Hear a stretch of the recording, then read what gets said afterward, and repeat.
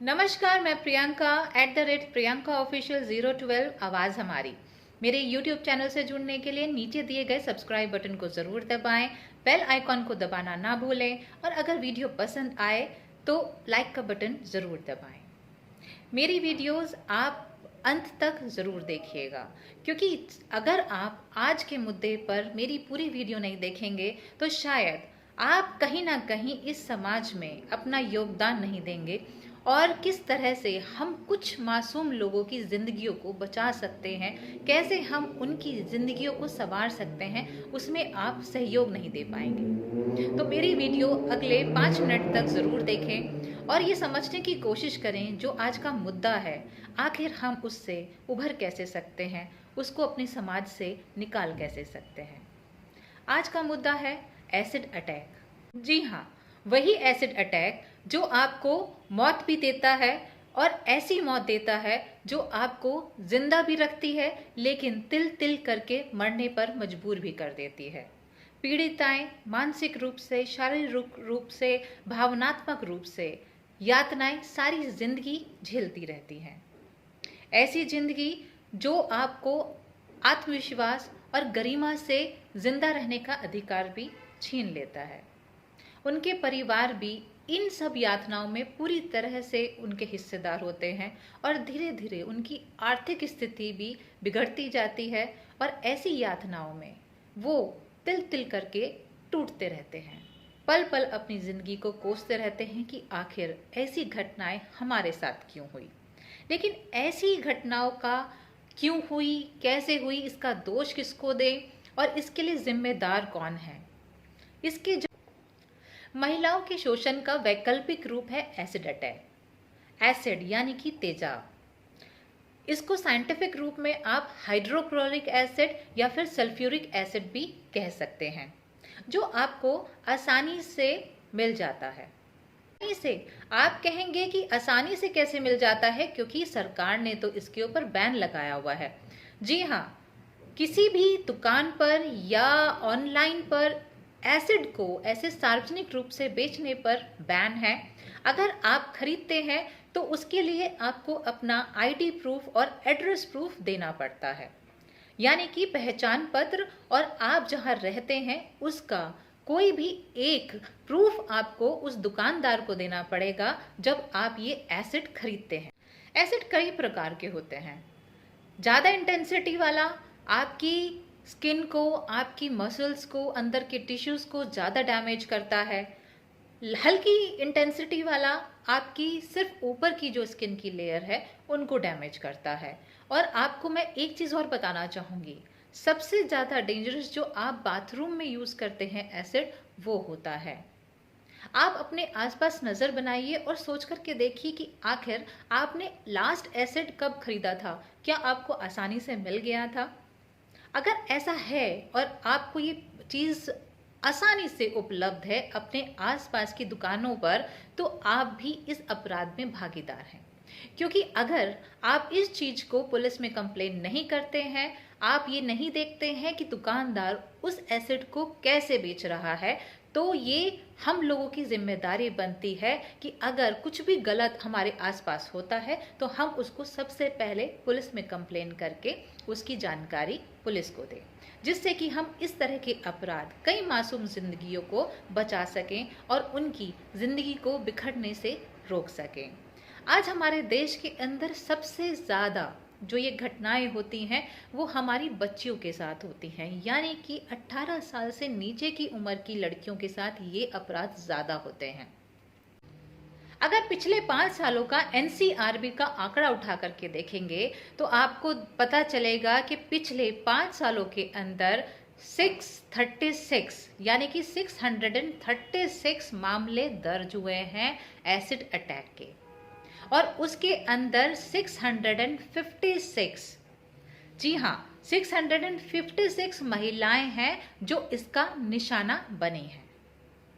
हमारे देश के अंदर टॉप 6 राज्य हैं जिनके अंदर ये घटनाएं लगातार घटती जा रही हैं। उनमें सबसे पहला राज्य है पश्चिम बंगाल, जिसके अंदर 2021 के अंदर 30 मामले सामने आए।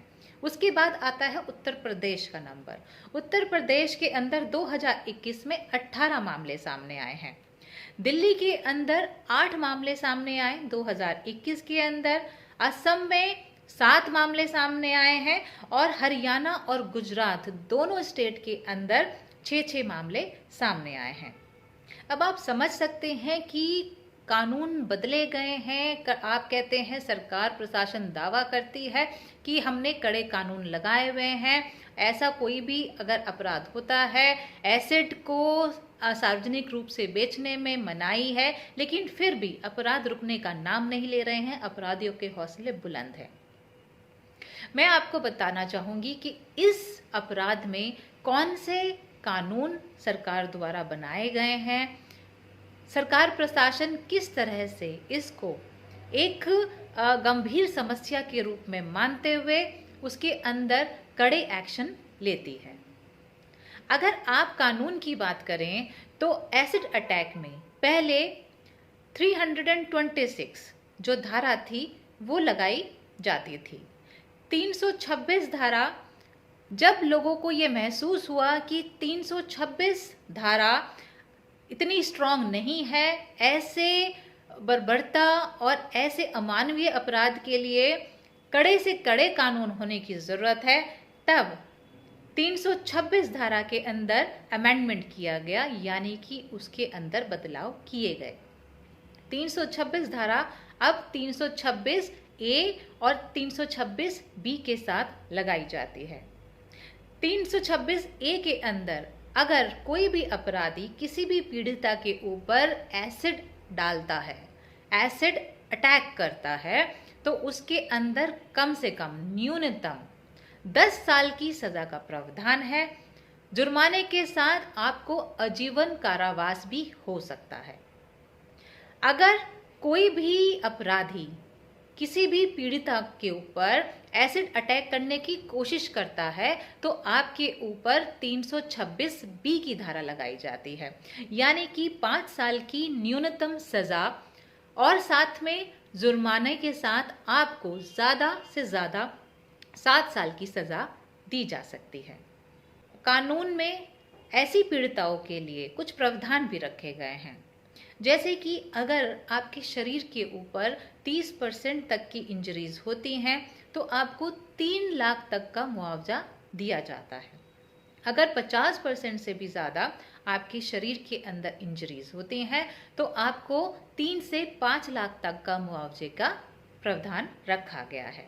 और अगर 50 से ज़्यादा यानी कि 50% से भी ज़्यादा अगर आपके शरीर में इंजरीज हैं तो आपके लिए 5 से 7 लाख तक का मुआवजा निर्धारित किया गया है। जाने अनजाने में हम ऐसी चीज़ें कर देते हैं जो पीड़िता के लिए नुकसानदायक है। तो आइए जानते हैं कि ऐसी घटना जब घटती है आपके आसपास, जब आपको लगता है कि किसी भी पीड़िता के साथ एसिड अटैक हुआ है, तो हमको क्या करना चाहिए। सबसे पहले तो अगर आपके आसपास कोई है तो आप उसको जिम्मेदारी दीजिए एम्बुलेंस को कॉल करने की, क्योंकि अगर आप खुद एम्बुलेंस को कॉल करने जाएंगे तो आप जो फर्स्ट एड देने जा रहे हैं पीड़िता को, शायद उसमें ढिलाई हो सकती है, उसमें देर हो सकती है। अगर आपके आसपास नहीं है तो आप एम्बुलेंस को कॉल कीजिए और सबसे पहले अपने आसपास ये देखिए कि पानी, साफ पानी कहाँ पर आपको उपलब्ध हो सकता है, क्योंकि एसिड के ऊपर अगर आप रनिंग वाटर डालते हैं, यानी कि खूब सारा पानी अगर आप पीड़िता के ऊपर डालते हैं तो एसिड का असर काफ़ी हद तक कम हो जाता है और इस प्रोसीजर के अंदर कम से कम 20 से 30 मिनट जाते हैं। 20 से 30 मिनट यानी कि आपको उस पीड़िता को पानी के नीचे 20 से 30 मिनट तक रखना है, जिससे कि वो सारा जो एसिड है वो पानी से बह जाए। लेकिन इसमें ये ज़रूर ध्यान रखें कि जो पानी है वो साफ़ होना चाहिए। गंदे पानी से इन्फेक्शन का खतरा बढ़ सकता है।